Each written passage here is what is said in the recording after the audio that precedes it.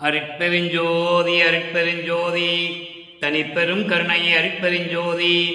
எல்லா உயிர்களும் இன்புற்று வாழ்க, வள்ளல் மலரடி வாழ்க வாழ்க, கொல்லா விரதம் குவளை எல்லாம் ஓங்குக, நல்லோ நினைத்த நலம் பெறுக, நன்று நினைத்து எல்லோரும் வாழ்க இசைந்து. உலக மக்களே, அறிவார்ந்த அன்பர்களே, ஆண்மனைய ஒருமைப்பாடுடைய அன்பர்களே, வல்லப்பமான நமக்கு அருளிய திருவெட்பாவில் 4ஆம் திருமுறையில் அதிசய மாலை என்ற பதிகத்திலே இருக்கின்ற பாடல்களுடைய விளக்கங்களை பார்த்து கொண்டிருக்கிறோம். அதிசய மாலை மொத்தம் 14 பாடல்களை கொண்டது. இதுவரையில் 9 பாடல்களுடைய விளக்கங்களை பார்த்திருக்கிறோம். ஒவ்வொரு பாடலிலும் வல்லற்பமானவர்கள் யாரும் பார்க்க முடியாத இறைவன் யாரும் என்பது விண்ணுலகத்திலே இருக்கின்ற பதத்தலைவர்கள் பிரம்மன், திருமால் முதல் ருத்திரன், மகேஸ்வரன், சதாசிவம் போன்ற பதத்தலைவர்கள், மண்டலாதிபதிகள், வானவர்கள், தேவர்கள், இவர்கள் எல்லாருமே சரி. அதன் பிறகு அருந்தவம் செய்தவர்கள், கடும் தவம் செய்தவர்கள், புலவர்கள், அறிஞர்கள், யாருமே பார்க்க முடியாத இறைவன் எப்படி தன்னை தேடி வந்து அருள் கொடையை கொடுத்தார் என்பதை ஒவ்வொரு பாடலிலும் தெளிவாக வளர்ப்பமான் நமக்கு அருளி இருக்கிறார்கள். மதங்களும் சமயங்களும் மார்க்கங்களும் சார்ந்திருந்த காலங்களில், அந்த காலகட்டங்களில் எப்படியெல்லாம் இந்த பிரபஞ்சம் தோன்றிய காலத்தில் இருந்தே இறைவனை பேர் வைத்து அழைத்தார்கள் என்பதையும், அந்த இறைவனுக்கு தேவையான உருவங்களை அமைத்து அதற்கான இடங்களை தேர்வு செய்து அதற்கான ஆலயங்களை அமைத்து அந்த ஆலயங்களிலே வழிபாட்டு முறைகளை அமைத்து மக்களை வழிபட செய்தார்கள். இது எல்லாருக்குமே தெரியும். அப்படி சமயங்களும் மதங்களும் மார்க்கங்களும் சார்ந்திருந்த காலகட்டங்களில் வல்லற்பமானவர்கள் இந்த மண்ணுலகை வருவிக்க உற்று 9 ஆண்டுகள் வரையிலும் அவரும் சமயங்களிலும் மத பற்றுகளிலும் மார்க்கங்களுடைய பற்றுகளிலும் இருந்து கொண்டார் என்பது நாம் திருவெட்பாவிலே கண்ட உண்மை. மதங்களிலும் மார்க்கங்களிலும் சமயங்களிலும் அவ்வளவு பற்றுடையவர். இது எல்லாருக்குமே தெரியும். திருவெட்பாவிலே அந்த உண்மை இருக்கிறது. அப்போ காரணம் என்னவென்றால், காரணத்தையும் ஆராய வேண்டும். மண்ணுலகுக்கு வருவிக்க உற்று 9 ஆண்டுகள் வரையிலும் அவருக்கு மறைப்பு நிலை இருந்தது. அவர் ஏன் இந்த மண்ணுலகுக்கு வருவிக்க விட்டோம் என்ற நிலை அவருக்கு தெரியாது. தான் யார் என்ற நிலையும் அவருக்கு தெரியாது. அந்த மறைப்பு அவருக்கு இருந்தது. காரணம், சதாசிவத்தினுடைய நிலை மாறும் பொழுது, அவருடைய காலம் முடியும் போது 51 ஆண்டுகள் கழித்து இந்த பிரபஞ்சத்தை இயக்குவதற்கு ஒரு ஆள் தேவைப்படுகிறது, ஒரு ஆள் வேண்டும். அப்படிப்பட்ட ஒரு நபரை இந்த மண்ணுலகுக்கு அனுப்ப வேண்டும். இந்த காலகட்ட சூழ்நிலைகளில் தான் வல்லற்பெருமான் இந்த மண்ணுலகே வருவிக்க உற்றார். அப்போ வருவிக்க உற்றும் போது தன் தந்தை அருட்பெருஞ்சோதி ஆண்டவரை பார்க்க முடியாமல் அவர் எப்படியெல்லாம் மனம் கலங்கினார், துன்பப்பட்டார் என்பதை திருவெட்பாவிலே நமக்கு தெளிவாக அருளியிருக்கிறார்கள். 9 ஆண்டுகள் கழித்து அருட்பெருஞ்சோதி ஆண்டவர், தனது தந்தை அருட்பெருஞ்சாண்டவர் வந்து ஆண்டு கொண்ட பிறகு, அவருடைய நிலை தெரிந்த பிறகு, தான் யார் என்ற நிலையை உணர்ந்த பிறகு, சமரச சுத்த சன்மார்க்கம் என்ற ஒரு மார்க்கத்தை தந்தையிடம் பெற்ற பிறகு, இந்த மதங்களும் சமயங்களும் மார்க்கங்களும் தேவையில்லை என்ற நிலையை உணர்த்துகிறார். அதுதான் 6ஆம் திருமுறை. 1ஆம் திருமுறையிலிருந்து 5ஆம் திருமுறை வரைக்கும் பிரபஞ்சத்தின் உண்மைகளையும், இறைவனை எப்படியெல்லாம் போற்றி பாடினார்கள் இதற்கு முன்னால் தோன்றியவர்கள் என்பதையும், இந்த 5 தொழில்களை வைத்துக்கொண்டு இந்த படைத்தல், காத்தல், அழித்தல், மறைத்தல், அருளல் என்ற 5 தொழில்களையும் பிரம்மன், திருமால், ருத்திரன், மகேஸ்வரன், சதாசிவம் எப்படி செய்து கொண்டிருந்தார்கள் என்பதையும், 4 யுகங்கள் முடிந்தவுடனே, கிரேத யுகம், திரேத யுகம், துவார யுகம், கலியுகம், இந்த 4 யுகங்கள் முடிந்தவுடனே ஒளியுகம் தொடங்குகிறது. 1900ஆம் ஆண்டில் கலியுகம் முடிந்து ஒளியுகம் தொடங்குகிறது. இந்த ஒளி யுகத்திலே ஒரு மார்க்கம், தனி மார்க்கம் வேண்டும் என்பதற்காக தசா மார்க்கம், சர்புத்திர மார்க்கம், சகமார்க்கம், சமய மார்க்கம், இப்படி மார்க்கங்கள் உண்டு. ஒவ்வொரு மார்க்கத்துக்கும் ஒரு தனித்துவம் உண்டு. அதே போன்று இந்த சமயங்களும் மதங்களும் மார்க்கங்களும் சாராத ஒரு மார்க்கம், மக்களுக்கு தேவைப்படுவதால் சமரச சுத்த சன்மார்க்க சத்திய சங்கத்தை நிறுவி தன் மகனிடம் ஒப்படைக்கிறார் அருட்பெருஞ்சோதி ஆண்டவர். சமரச சுத்த சன்மார்க்கத்தை பெற்ற பிறகு எப்படி இறைவனிடம் அருளை பெற்றுக் கொண்டார்? இவர் சமயங்களிலும் மதங்களிலும் மார்க்கங்களிலும் சார்ந்திருந்த காலங்களில் இறைவனிடம் எந்த அருளையும் பெறவில்லை. சமரச சுத்த சன்மார்க்கத்தை பெற்ற பிறகு தன் தந்தை எப்படியெல்லாம் அருளை கொடுத்தார் என்பதுதான் 6ஆம் திருமுறை. 1ஆம் திருமுறையிலிருந்து 4ஆம் திருமுறை வரைக்கும் இருக்கிற பாடல்களுக்கு முழுவதுமாக விளக்கம் தருவது 6ஆம் திருமுறை. 1ஆம் திருமுறையிலிருந்து 4ஆம் திருமுறை வரைக்கும் கிட்டத்தட்ட 2400 பாடல்கள் இருக்கின்றன. இந்த 2400 பாடல்களுக்கும் முழுமையாக விளக்கம் தரக்கூடியது 6ஆம் திருமுறையில் இருக்கின்ற 2587 பாடல்கள். அதை தான் நம்ம ஒப்பிட்டு பார்த்து கொண்டிருக்கிறோம். அதனால்தான் 1ஆம் திருமுறையிலிருந்து 4ஆம் திருமுறைக்கு பாடலுடைய விளக்கத்தை கூறிவிட்டு அந்த விளக்கத்திற்கு தேவையான பதில் 6ஆம் திருமுறையில் இருக்கிறது என்பதை நாம் பார்த்து கொண்டிருக்கிறோம். சமயங்களும் மதங்களும் மார்க்கங்களும் சாராத நிலையில் சமரச சுத்த சன்மார்க்கத்தை பெற்ற பிறகு எப்படி அந்த விளக்கங்கள் கிடைத்தன என்பதை நாம் பார்த்து கொண்டிருக்கிறோம். அந்த வகையிலே அன்பர்களே, இன்று நாம் பார்க்க வேண்டிய பாடல் 4ஆம் திருமுறை 7வது பதிகம் அதிசய மாலை 10வது பாடல். பாடலை பார்க்க போகிறோம். அதுக்கு பாடலில் உள்ள பதவுரை விளக்கம் பார்த்த பிறகு இந்த 10வது பாடலுக்கு ஏற்றபடி இதனுடைய விளக்கங்கள் 6ஆம் திருமுறையிலே எந்தெந்த பதிகத்திலே 10வது பாடலாக இருக்கிறது என்பதை பார்க்க போகிறோம். நன்றாக கவனித்துக் கொண்டே வருங்கள். அன்னோ இது அதிசயம் இது அதிசயம் என் புகழுவேன், அருள் அருமை அறிந்தவர்கள் அருள் அமுதம் விரும்பி என்னோ இங்கருளாமை என்று கவன்று இருப்ப யாதும் ஒரு நன்றியிலே தீது நெறி நடப்பேன், முன்னோ பின்னும் அறியா மூடமன புலையேன். தன்னை சொல்லுகிறார். அவருக்கு எதுவுமே தெரியாது. அந்த நிலையில் இறைவன் வந்து ஆட்கொள்ளவில்லை. சமயங்களும் மதங்களும் மார்க்கங்களும் சார்ந்திருந்த காலகட்டங்கள். அந்த நிலையில் வல்லற்பமானவர்கள் இங்கே குறிப்பிடுகிறார்கள். முழு கொடியேன் என கருதி முன்னர் எழுந்தருளி தன்னோடும் இணைந்த வண்ணம் ஒன்று எனக்கு கொடுத்தான், இனி தனித்த சிவகாம வெள்ளிக்கு இனித்த நடத்தவனே. இது பாடல். இந்த பாடலில் வருகின்ற பதவுரையை கவனிங்க. அன்னோ என்பது தாயுள்ளம் கொண்ட இறைவன். அன்னை என்றதனுடைய மருவு அன்னோ. அன்னை என்றால் தாய். அன்னோ என்பது தாய் உள்ளம் கொண்ட இறைவன். அன்னோ இது அதிசயம் இது அதிசயம் என் புகழுவே. உன்னுடைய அருளை அதிசயத்தை பார்த்து, எனக்கு கொடுத்த அதிசயத்தை பார்த்து, உன்னுடைய அருள் தன்மையை பார்த்து நான் என்னவென்று சொல்லுவேன்? இது அதிசயம் அதிசயம். அருள் அருமை அறிந்தவர்கள் அருள் அமுதம் விரும்பி, அருள் இறைவனுடைய அருளுடைய தன்மையை அறிந்து, அந்த அருமையை அறிந்து அருள் அமுதம் வேண்டும் என்று சொல்லி விரும்பி என்னோ இங்கு அருளாமை என்று கவன்று இருப்ப. கவன்று இருப்ப என்பது கவலையோடு இருப்பது. நமது இறைவனுடைய அருளையை விரும்பி, அந்த அருள் அமுதத்தை விரும்பி, இறைவனுடைய அருள் தன்மையை விரும்பி நாம் எப்படியெல்லாம் இந்த மண்ணுலகிலே இருந்து கொண்டிருக்கிறோம், நமக்கு அருளாமல் இருக்கிறாரே என்று சொல்லி கவன்று இருப்ப.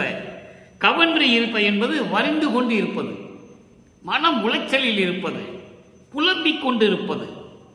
எப்படி இறைவனை அருளை பெறுவது என்று புலம்பிக் கொண்டிருக்கிறார்கள்.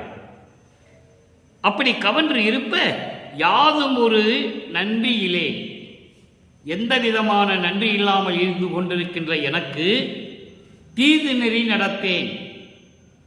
தீமைகளையே கொடுக்கக்கூடிய செயல்களை செய்து கொண்டு, இந்த சமயங்களிலும் மதங்களிலும் மார்க்கங்களிலும் சூழ்ந்து கொண்டு நான் இப்படியெல்லாம் இருந்து கொண்டு இருக்கின்றேனே, முன்னோ பின்னும் அறியா மூடமன புலையேன். முன்னோ பின்னோ என்பது முன்ன பின்ன தெரியாது என்று சொல்லுவார்கள். உலகியலிலே கொஞ்சம் கூட முன்ன பின்ன தெரியாமல் நடந்துகிட்டு இருக்கியாப்பா அப்படின்னு சொல்லுவார்கள். நன்மை எது, தீமை எது, எதை செய்யணும் எதை செய்யக்கூடாது இந்த நிலை கூட தெரியாமல் இருக்கின்ற மூட மனம். மூடமன புலையேன், அறியாமையில் இருந்து கொண்டிருக்கிறேன், அறியாமையில் இருந்து கொண்டிருக்கிறேன். முழு கொடியேன், நான் கொடுமையானவன். இருந்தாலும் அப்படிப்பட்ட என்னையும் உள்ளத்தில் கருதி, என்னை கருதி என்று சொல்லுகிறார். அப்படி இருந்தாலும் கூட உள்ளத்தில் என்னை ஒரு பொருளாக நினைத்து, என்னையும் ஒரு பொருட்டாக நினைத்து, என்னையும் மகனாக ஏற்றுக்கொண்டு முன்னர் எழுந்தருளி என் எதிரே தோன்றி தன்னோடும் இணைந்த வண்ணம் ஒன்று எனக்கு கொடுத்தான். தன்னிடம் இருந்த ஒரு அருள் கொடையை, அருள் தன்மையை எனக்கு கொடுத்தான். அதைதான் ஒன்று கொடுத்தான் என்று சொல்லுகிறார். தன்னோடும் இணைந்த வண்ணம் ஒன்று எனக்கு கொடுத்தான். அருள் கொடை என்றும் சொல்லலாம், அருட்பெருஞ்சோதி என்றும் சொல்லலாம், எல்லா அருள் வல்லமையையும் கொடுத்தான் என்றும் சொல்லலாம். உங்கள் கருத்துக்கு ஏற்றபடி நீங்கள் எது வேண்டுமானாலும் எடுத்துக்கொள்ளலாம். அவ்வளவு சிறப்பான பொருள். தன்னோடும் இணைந்த வண்ணம் ஒன்று எனக்கு கொடுத்தான். ஆக அப்படிப்பட்ட ஒரு அருள் கொடையை எனக்கு கொடுத்தான். தனித்த சிவகாமி வள்ளிக்கு இனித்த ஒப்பற்ற அருளோடு நிலையில் இருந்து கொண்டிருக்கின்ற எனது அம்மை, எனது தாய் சிவகாமி வள்ளிக்கு இனித்த நடத்தவனே, சிவகாமி வள்ளிக்கு பிடித்த அருள் நடனம் செய்து கொண்டிருக்கின்ற, அருளாட்சி செய்து கொண்டு இந்த பிரபஞ்சத்தை இயக்கிக் கொண்டிருக்கின்ற இறைவனை என்று சொல்லுகிறார். இப்ப இந்த பாடலுடைய விளக்கம் பாருங்க. அதன் பின் இந்த பாடலுக்கு ஏற்றபடி சமயங்களும் மதங்களும் மார்க்கங்களும் சாராத நிலையில் இறைவனை எப்படி சொல்லுகிறார்? தாயுள்ளம் கொண்ட இறைவனே, இது என்ன அதிசயம், இது என்ன அதிசயம்! உனது அருளின் பெருமையை என்னவென்று சொல்லுவேன். இறைவனின் அருள் அருமையை அறிந்தவர்கள் அருள் அமுதம் பெற விரும்பி காத்து கொண்டு இருக்க, வருந்தி கொண்டிருக்க, புலம்பிக் கொண்டிருக்க, இறைவனை எப்படி பார்ப்பது, இறைவனுடைய அருளை எப்படி பெறுவது என்று காத்து கொண்டிருக்க, என்ன இது இன்னும் அருள் கிடைக்கவில்லையே என்று அவர்கள் புலம்பிக் கொண்டிருக்க, அவர்களுக்கு அருளாமல் எந்த வகையிலும் நன்றி இல்லாதவன், தீய வழியிலே நடப்பவன், முன்னும் பின்னும் தெரியாதவன், நன்மை தீமைகள் எது என்று விளக்கம் தெரியாமல் தெரிந்து கொண்டிருக்கின்றவன், அறியாமையில் இருக்கின்ற மனம் கொண்டவன், இப்படிப்பட்ட எனக்கு என்னையும் உள்ளத்தில் நினைத்து என் எதிரில் எழுந்தருளி, என் முன்னே எழுந்தருளி, தன்னோடு இருக்கின்ற அருள் ஆற்றலை கொண்ட ஒரு ஆற்றல் உடைய பொருளை, அருட்பெருஞ்சோதியை எனக்கு கொடுத்தான். ஒப்பற்ற சிவகாமி வள்ளி அம்மைக்கு இனித்த இறைவனே, இனிமையான இறைவனே என்று சொல்லி இந்த பாடலை நமக்கு அருளி இருக்கிறார்கள். இப்ப இந்த பாடலில் கூறப்பட்ட 3 நிலைகள், நான் ஏற்கனவே கூறியது போல அன்பர்களை, பாடலின் பொருள் சொல்வதென்றால் இத்தோடு முடிந்து விட்டது. பாடலை சொன்னேன், பதவுரையை சொன்னேன், விளக்கத்தை சொன்னேன், முடித்து விட்டது. அப்படி அல்ல. இந்த பாடலில் கூறப்பட்ட சூட்சமங்கள், அதாவது சூட்சமங்கள் என்பதை சொல்வதை விட அந்த நிலைகள், 3 நிலைகள், அருள் அறியாமை அறிந்தவர்கள் அருள் அமுதம் விரும்பி என்னோ இங்கு அருளாமை என்று கவன்று இருப்ப, இப்படிப்பட்டவர்களாம் இறைவனுடைய அருளை பெற முடியாமல் வரைந்து கொண்டிருக்க என்பது ஒரு நிலையில் கொள்ளுகிறார். அடுத்து தன்னை தாழ்த்திக் கொள்ளுகிறார். தீதி நெறி நடப்பவன், முன்னோ பின்னும் அறியா மூடமன புலையே, இப்படிப்பட்ட என்னையும் கருதி எனக்கு அருளை கொடுத்தான் என்று சொல்லுகிறார். அப்போ எப்படி வந்து அருளை கொடுத்தார்? தன்னோடும் இணைந்த வண்ணம் ஒன்று எனக்கு கொடுத்தான் என்று சொல்லுகிறார். தன் முன்னே எழுந்தருளி தன்னோடு இருந்த அருள் ஆற்றலை எனக்கு ஒன்றை கொடுத்தேன் என்று சொல்லுகிறார். இதற்கெல்லாம் விளக்கம் தர வேண்டும். இது சமயங்களும் மதங்களும் மார்க்கங்களும் சாராத நிலையில், தான் யார் என்ற உணர்ந்த நிலையில், தனது மறைப்பு விளக்கிய நிலையில், சமரச சுத்த சன்மார்க்க பெற்ற நிலையில் வள்ளற்பெருமான் இந்த 3 கேள்விகளுக்கும் பதில் சொல்லுகிறார். 6ஆம் திருமுறை 42வது பதிகம், கண்டு கனிந்து கலந்து கொள்ளல். கண்டு, இறைவனை கண்டு மனம் உருகி உள்ளத்தோடு கலந்து கொள்ளுதல். அங்கே என்ன சொல்லுகிறார்? அதிசய மாலையிலே என் முன் எழுந்தருளி என்று சொல்லிவிட்டார். அவ்வளவுதான். அப்போ ஒரு இறைவன் முன்னால் எழுந்தருளணுன்னே அதுக்கு பின்னால் என்ன நடந்ததுன்னு சொல்லணும். இறைவன் எழுந்தருளி எனக்கு ஒன்று கொடுத்தான் என்று சொல்லிவிட்டார் அதிசய மலையிலே 4ஆம் திருமுறையிலே. அப்போ முன்னால எழுந்தருளி என்ன கொடுத்தாருன்னு சொல்லணும், என்னென்னலாம் கொடுத்தாருன்னு சொல்லணும். 42வது பதிகம் கண்டு கனிந்து கலந்து கொள்ளல் 10வது பாடல். அங்கே அதிசயமாலை 10வது பாடலுக்கு 42வது பதியத்திலே 10வது பாடலிலே விளக்கம் இருக்கிறது. மருள் நெறி சேர் மல உடம்பை, நல்லா கவனிச்சிட்டே வாங்க, மருள் நெறி சேர் மல உடம்பை அழியாத விமல வடிவாக்கி எல்லாம் செய்யவல்ல சித்தாம் பொருளை தருணம் இது தெரிந்து எனக்கு தானே வந்து அளித்த. விளக்கம் புரியுதா உங்களுக்கு? அதிசய மாலையில முன்னால் எழுந்தருளி என்று சொல்லிவிட்டார். அதற்கு இங்கே விளக்கம் தர, எனக்கு தானே வந்து அளித்த தயாநிதியை, என்னை ஈன்ற தந்தையை, என் தாயை, பொருள் நிறை சிற்றம்பலத்தை விளங்குகின்ற பதியை, புகழ் அரிதாம் சுத்த சிவ பூரண மெய் சுகத்தை, கருணை அருப்பெருஞ்சோதி கடவுளை என் கண்ணால் கண்டு கொண்டேன், கனிந்து கொண்டேன், கலந்து கொண்டேன், கழித்தேன். இவ்வளவு அற்புதமா சொல்றார் பாருங்க. அப்போ மருள் நெறிசேர் மல உடம்பு, மாயையாலையும் மயக்கத்தாலையும் மலங்களாலையும் சூழ்ந்து கொண்டிருக்கின்ற இந்த உடம்பை ஈன உடம்பு என்று சொல்லுவார். இந்த ஈன உடம்பை அழியாத விமல வடிவாக்கி, அழியாத விமல வடிவாக்கி மரணமில்லா பெருவாழ்வையும் கொடுத்து எல்லாம் செய்யவல்ல சித்தாம் பொருளை, எல்லாம் செய்யவல்ல சித்து எது? அருப்பெருஞ்சோதி. அந்த அருப்பெருஞ்சோதியை தருணம் இதுதான் என்று சொல்லி என்னை நினைத்து தருணம் இது என்று தெரிந்து எனக்கு தானே வந்து அளித்த தயாநிதியை, அவரே வர்றாரு, மகனுக்கு கொடுக்கணுமே, கொடுத்துதான் ஆகணும். சமரச சுத்த சன்மார்க்கத்தை கொடுத்தாச்சு. மகனே உனக்கு சமயங்கள் மதங்கள் இந்த மார்க்கங்கள் ஜாதிகள்லாம் உனக்கு வேண்டான்னு சொல்லியாச்சு. அது அகவல்லே சொல்லிட்டார். சாதியும் மதமும் சமயமும் பொய்யென ஆதியில் உணர்த்திய அருப்பெருஞ்சோதி, சாதியும் மதமும் சமயமும் காணா ஆதி அநாதையாம் அருப்பெருஞ்சோதி. ஞானசரியிலே சொல்றாரு, பொறித்த மதம் சமயம் எல்லாம் பொய் பொய், அவற்றில் புகுதாதீர், சிவம் ஒன்றே பொருள் என கண்டறினேன் என்று சொல்றார்.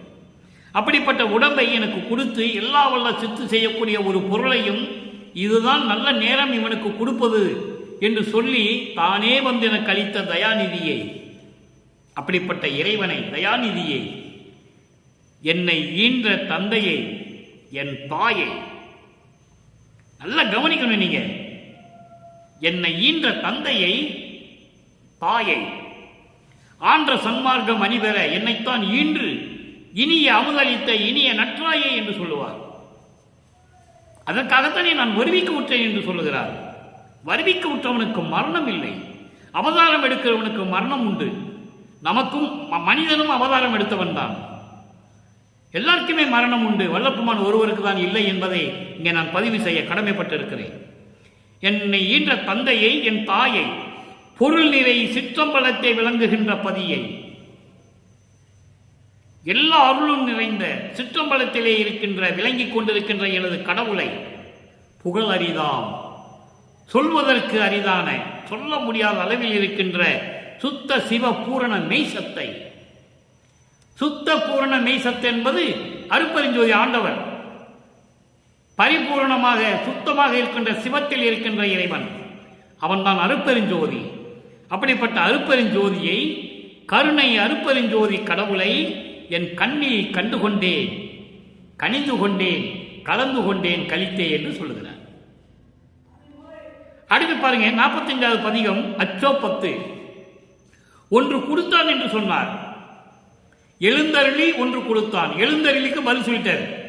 என் முன்னால வந்தாரு, எழுந்தருளினாரு, நான் இறைவனை பார்த்துட்டேன், கண்டேன், கழித்தேன், கலந்து கொண்டேன். ஒன்றை கொடுத்தான், என்னை கொடுத்தான். என்ன கொடுத்தார்? 45வது பதிகம் அச்சோ 10 சொல்றாரு, சாதியை, நீல் சமயத்தை, மதத்தை எல்லாம் விடுத்து எந்தனை ஞான நீதியிலே சுத்த சிவசன்மார்க்க நிலைதனிலே நிறுத்தினானை. எவ்வளவு அற்புதம் பாருங்க விளக்கங்கள். சமயம், நீ சமயம், சாதி, மதம் இவங்கெல்லாம் துன்பங்களை தரக்கூடியது, துயரங்களை தரக்கூடியது. அதான் நீ சமயம் என்று சொல்லுகிறார். சமயம் சண்டை சச்சரவுகள்லாம் வரும். நீங்கள் புராணங்கள் எடுத்து பார்த்தீங்கன்னா ஒவ்வொரு சமயத்துக்கான எப்படி சண்டை போட்டு மாண்டார்கள் என்பது இருக்கிறது. சைவம், வைஷ்ணவம், கௌபாரம், சௌரம், காணாபத்தியம், சாகதம், சமயங்கள், மதங்கள், சமண மதம், புத்த மதம், கிறிஸ்துவ மதம், இஸ்லாமிய மதம், இந்து மதம், இப்படி ஏகப்பட்ட மதங்கள் வேற. ஒருத்தர் சண்டை போட்டு எல்லாம் செத்து போனாங்க.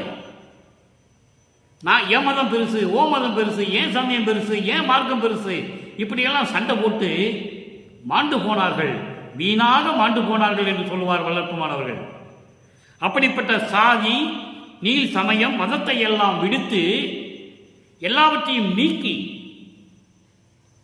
இறைவன் ஆட்கொண்ட பிறகு சமரச சுத்த சன்மார்க்கத்தை கொடுத்த பிறகு சொல்லுகிறார், விடுத்து எந்தனை ஞான நீதியிலே ஞான நெறியான சுத்த சிவ சன்மார்க்க நிலைதனிலே நிறுத்தினானை. எனக்கு சமரச சுத்த சன்மார்க்க சங்கத்தை கொடுத்து என் அந்த நிலையிலே நிறுத்திய இறைவனை, நிறுத்தினானை, என்னை நிலை நிறுத்திய இறைவனை, பாதியை ஒன்றானவனை, பாதியை ஒன்றானவனை. இது சமயங்களிலும் மதங்களிலும் மார்க்கங்களிலும் சொல்லுவார்கள். பாதி உடம்பை பார்வதிக்கு கொடுத்து விட்டான், இடது பக்கத்திலே பாதி உடம்பிலே பார்வதி இருக்கிறாள் என்று சொல்வார்கள். அதை அந்த விளக்கங்களிலே சரிதான். சமரச சுத்த சன்மார்க்க விளக்கம் என்பது சிவமும் சக்தியும் என்று பிரித்து காட்டாமல் ஒன்றானவனை, பாதியை ஒன்றானவனை, அருள் சக்தியோடும் சிவமும் சக்தியும் சேர்ந்து இருக்கின்ற கடவுளை. இதுதான் சமரச சுத்த சன்மார்க்க விளக்கம்.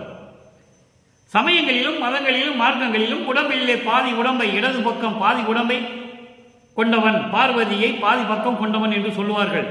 அது புராணங்களிலே சொல்லுவது உண்டு. இங்கே சக்தியையும் சிவனையும் ஒன்றாக நின்றவனை, சக்தியும் சிவனும் ஒன்றாக கூடிய ஒருவனை, அந்த இறைவனை, அருட்பெருஞ்சோதி ஆண்டவரை, பரம்பரனை,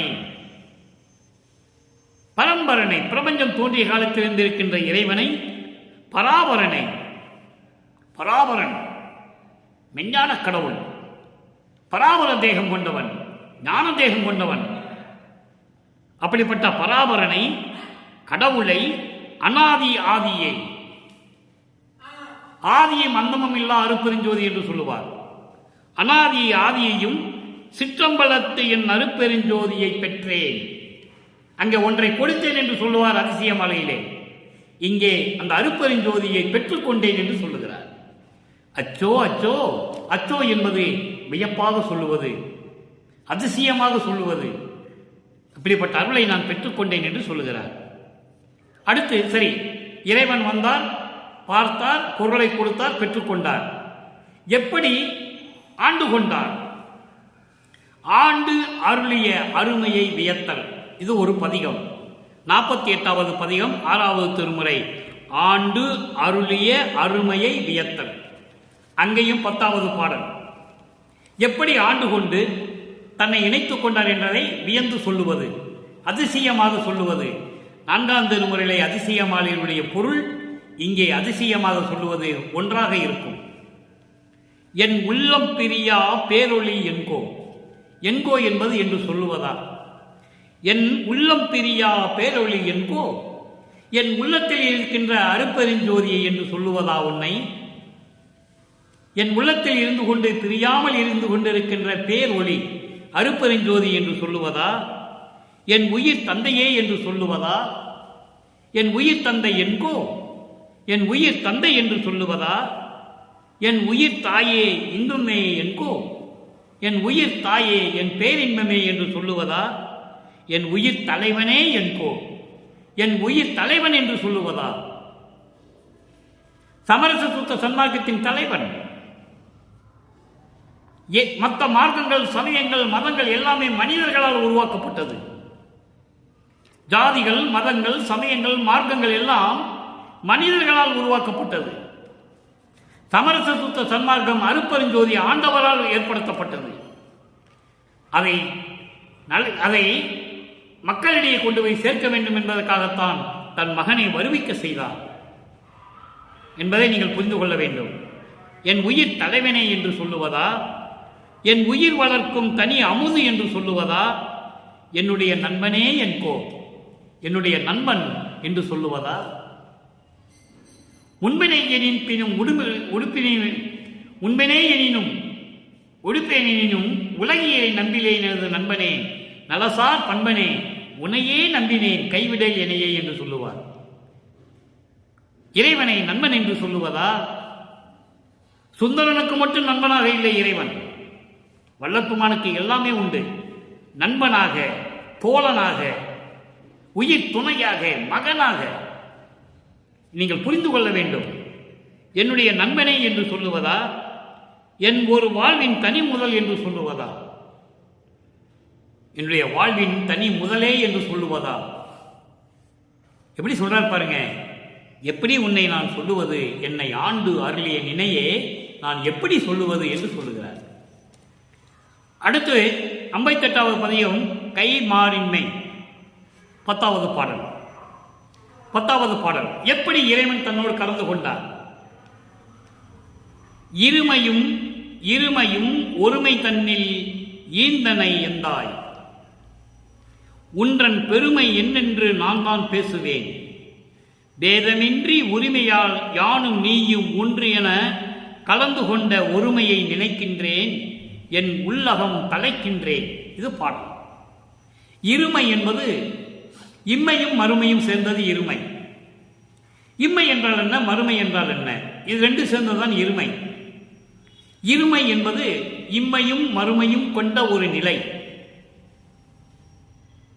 இம்மை என்பது அண்டங்களிலே சொல்லும்போது விண்ணுலகம். மறுமை என்பது அடுத்து வரக்கூடிய ஒரு நிலை, அதாவது முற்பிறவி பின்பிறவி என்று சொல்லலாம். வருகின்ற பிறவி மும்மை, மறுமை. ஏற்கனவே இருந்தது இருமை. முற்பிறவியிலும் சரி, இந்த வருகின்ற பிறவியிலும் சரி அப்படின்னு சொல்லுவார்கள். உலகிலே விளக்கம் அது. சுத்த சன்மார்க்கத்திலே வளர்ப்பமானுக்கு பிறவி கிடையாது, அவருக்கு பிறவி இல்லை. ஆக அவரை சொல்லும் பொழுது முன்பிறவி பின்பிறவி என்றெல்லாம் நாம் சொல்வது அவ்வளவு நல்லா இருக்காது. அதனால்தான் இம்மை மறுமை என்று இருமையை சொல்லுகிறார். அப்படி இரண்டு நிலைகளிலும் ஒருமை தன்னில் ஈந்தனை, இதுவெல்லாம் இல்லாமல் முற்பிறவி பிற்பிறவி அப்பிறவி இனிமே வருகின்ற பிறவி போன பிறவி இப்படியெல்லாம் இல்லாமல் ஒருமை தன்னில் ஈந்தனை. எல்லாமே எனக்கு ஒண்ணுதான். ஒருமை என்பது ஒன்றாக இருப்பது. அப்போ எனக்கு இம்மை இல்லை, மறுமை இல்லை, மும்மை இல்லை. ஆக எனக்கு ஒருமை தன்னிலே என்னை இந்த உலகிற்கு வருவிக்க செய்தாய். ஈந்தனை எந்தாய், உந்தன் பெருமை என்னென்று நான் தான் பேசுவேன். உன்னுடைய பெருமையை நான் தான் பேசுவேன், வேறு யாரும் பேச முடியாது. பேதமின்றி, வேறுபாடுகள் இன்றி, முரண்பாடுகள் இன்றி, உரிமையால் மகன் என்ற உரிமையால் நானும் நீயும் ஒன்று என கலந்து கொண்ட மகனே, நீ வேறில்லை நான் வேறில்லை, நாம் இரண்டு பேருமே ஒன்றுதான், நீயும் நானும் ஒன்றுதான் என்று கலந்து கொண்ட ஒருமையை நினைக்கின்றேன். அந்த ஒருமையை, அந்த ஒத்த கருத்தை, அந்த ஒருமை நிலைப்பாட்டை, வேறுபாடு இல்லாத ஒரு நிலைப்பாடு, முரண்பாடு இல்லாத ஒரு நிலைப்பாடு, அதான் ஒருமை நிலைப்பாடு. அந்த ஒருமையை நான் நினைக்கின்றேன், என் உள்ளம் தலைக்கின்றேனே என்று சொல்கிறார். நீயும் நானும் கலந்து கொண்ட நிலை ஒருமை நிலை. அந்த நிலையை பார்த்து நான் நினைக்கின்றேன், உள்ளம் தலைக்கின்றேன், என் உள்ளகம் மகிழ்கின்றேன், உள்ளத்தில் மகிழ்கின்றேன் என்று சொல்லுகிறார். அடுத்து பாருங்க, 60வது பதிகம் உளத்தில் இன்பம். 10வது பாடல். அருளை பெற்றுக்கொண்ட பிறகு எப்படியெல்லாம் இன்பம் அடைந்தார், அதையும் 10வது பாடல். பொய்யே உரைக்கின்ற என் சொல்லும் புனைந்து கொண்டாய், மெய்யே திரு அம்பலத்தாடல் செய் வித்தகனே, எய்யேன் இனி வெம்பலக்கூட்டில் இருந்து, என் உள்ளம் நையே துன்ப சுத்த நல் உடம்பு எய்தினை நான் நிலத்தே. இது பாடல். அதாவது பொய்யே சொல்கின்ற என்னையும் நீ ஏற்றுக்கொண்டாய். உன்னாலே இந்த மண்ணுக்கு வருவிக்க விட்டு பொய்களையே சொல்லிக் கொண்டிருந்த என்னையும் நீ அருள் கூர்ந்து ஏற்றுக்கொண்டாய். மெய்யே மெய்யே என்றால் அருப்பெருஞ்சோதியே. மெய்யன் என்று சொல்லுவார். இறைவனை மெய்யன் என்று ஒரு இடத்தில் சொல்லுவார். மெய்மையே என்று சொல்லுவார். மெய்யே என்றால் அருப்பெருஞ்சோதியே. திரு அம்பலத்தாடல் செய்கின்ற வித்தகனே. வித்தகன் என்பது அருளாற்றல் செய்து கொண்டிருப்பவன், அருளாற்றல் வல்லமை படைத்தவன். வித்தகன், நீ பெரிய வித்தகன் தான் சொல்லுவாங்க. உலகையிலே சொல்லும்போது நீ பெரிய வித்தகன் தான் எனக்கு தெரியும் அப்படின்னு சொல்லுவாங்க. அப்படிப்பட்ட அருளாற்றலை கொண்ட இறைவன், திரு அம்பலத்திலே ஆடல் செய்து கொண்டிருக்கின்ற இறைவனே, எய்யேன் இனி வெம்பலக்கூட்டில் இருந்து என் உள்ளம் நையேன். இந்த மலங்களால் சூழப்பட்ட கொடுமைகளையும் தீமைகளையும் எல்லாவற்றையும் சைத்துக் கொண்டிருக்கின்ற இந்த உடம்பை இனிமேல் நான் சுமந்து கொண்டு இருக்க மாட்டேன். சுமந்து கொண்டு இந்த துன்பங்களை எல்லாம் நான் படமாட்டேன். என் உள்ளம் நையேன். நையேன் என்றால் வருந்த மாட்டேன், துன்பப்பட மாட்டேன். சுத்த நல் உடம்பு எய்தினை. எனக்கு சுத்த நல்ல உடம்பை கொடுத்து விட்டாய். நான் நிலத்தே. நான் நிலம் என்பது இந்த மண்ணுலகம். குறிஞ்சி, முல்லை, மருதம், நெய்தல், பாலை 5 திணைகளை கொண்டது இந்த உலகம். இதிலே நெய்தல் என்பது கடலும் கடல் சார்ந்த இடம். அங்கே மனிதர்கள் வாழ முடியாது. நீரில் வாழ்கின்ற உயிரினங்கள் தான் இருக்கும் கடல்ல. அதெல்லாம் நான் நிலம் என்று சொல்லுகிறார். கடலை தவிர்த்து 4 நிலங்கள் என்று சொல்லுகிறார். அது இந்த மண்ணுலகம். ஏனால் இந்த உலகம் கடலால் சூழ்ந்தது. கடலால் சூழ்ந்தது. நிலப்பரப்பு கம்மி தானே, கடல் நீர்ப்பரப்பு தான் ஜாஸ்தி. அதைதான் குறிஞ்சி, முல்லை, மருதம், நெய்தல், பாலை என்று வகுத்து கூறியிருக்கிறார்கள். குறிஞ்சி என்பது காடு சார்ந்த இடம், முல்லை மலையும் மலை சார்ந்த இடம், இப்படியெல்லாம் சொல்வார்கள். மருதம் வயல் சார்ந்த இடம், நெய்தல் பாலையும் கடலும் கடல் சார்ந்த இடம், பாலைவனமும் பாலையும் மணலும் சார்ந்த இடம். இந்த நெய்தல் மட்டும் கடலும் சார்ந்த இடம் இல்லாமல் நான் நிலம். குறிஞ்சி, முல்லை, மருதம், இந்த 4 நிலங்களில் என்னை என்ன சொல்கிறார்கள்? நல்ல சுத்த உடம்பு எய்தினை, எனக்கு சுத்த தேகத்தை கொடுத்தாய் என்று சொல்லுகிறார். அடுத்து பாருங்க, பதிகம் 66 பற்று அறுத்தல், 10வது பாடல். மண் செய்து கொண்ட சன்மார்க்கத்தில் இங்கே வான் செய்து கொண்டது நான் செய்து கொண்டேன். நிலை பெற்றிருக்கக்கூடிய இந்த சன்மார்க்கத்தில் இப்பொழுது இந்த வானவர்கள் எல்லாம் எப்படி அருளை பெற்றுக் கொண்டார்களோ அதுபோன்று நானும் பெற்றுக்கொண்டேன். வான் செய்து கொண்டது என்பது தேவர்கள், வானவர்கள் எல்லாருமே எப்படியெல்லாம் பெற்றுக்கொண்டார்களோ அதுபோன்று நானும் செய்து கொண்டேன். மண் செய்து கொண்ட சன்மார்க்கத்தில் இங்கே என்பது இந்த மண்ணுலகிலே இப்பொழுது வான் செய்து கொண்டது போல் நான் செய்து கொண்டேன். தேவர்களும் முனிவர்களால் எப்படியெல்லாம் பெற்றுக்கொண்டார்களோ அதே போல் நானும் பெற்றுக்கொண்டேன். முன் செய்து கொண்டதும் இங்கனம் கண்டேன். முன் செய்து கொண்டதும், முன் என்றால் இந்த மண்ணுலகுக்கு நான் வருவதற்கு முன்னால் உன்னிடம் நான் அடியனாக இருக்கும்போது எப்படி இருந்தேனோ அதுபோன்று நான் இப்பொழுதும் பெற்றுக்கொண்டேன். இது உனக்கும் தெரியும். ஏனா நான் எனினும் யான் அம்மையின் அடியேன் என அறிந்தேன், இதயம் மலர்ந்திருந்தேனே என்று சொல்லுவார். நிறைய பாடல்கள் உண்டு, விளக்கங்கள் நிறைய உண்டு. நமக்கு நேரம்தான் பற்று போதவில்லை. இந்த மண்ணுக்கு வருவதற்கு முன்னால் நான் எப்படி இருந்தேனோ அதே போன்று சுத்த சன்மார்க்கத்தை பெற்ற பிறகு நான் எல்லாவற்றையும் பெற்றுக்கொண்டேன். மூவகையாம் உடல் ஆதியை நுமது பொன் செய்து கொண்ட பொதுவினில் ஆடும் பொன்னடி காண பொருந்தி கொடுத்தேன். நீ கொடுத்த இந்த மூவகை உடல், சுத்த தேகம், புராண தேகம், ஞான தேகம், அதான் மூவகை உடம்பு என்று சொல்லுகிறார். இந்த மூவகை உடலையும் உன் நடனம் செய்து கொண்டிருந்த உன் பொற்சபையிலே பொன் செய்து கொண்ட பொது, பொன் செய்த கொண்ட பொது என்பது பொற்சபை. இந்த பொற்சபையிலே ஆடும் உன் பொன்னடி காண பொருந்தி கண்டேன். நான் கொடுத்துட்டேன் உன் திருவடிக்கு.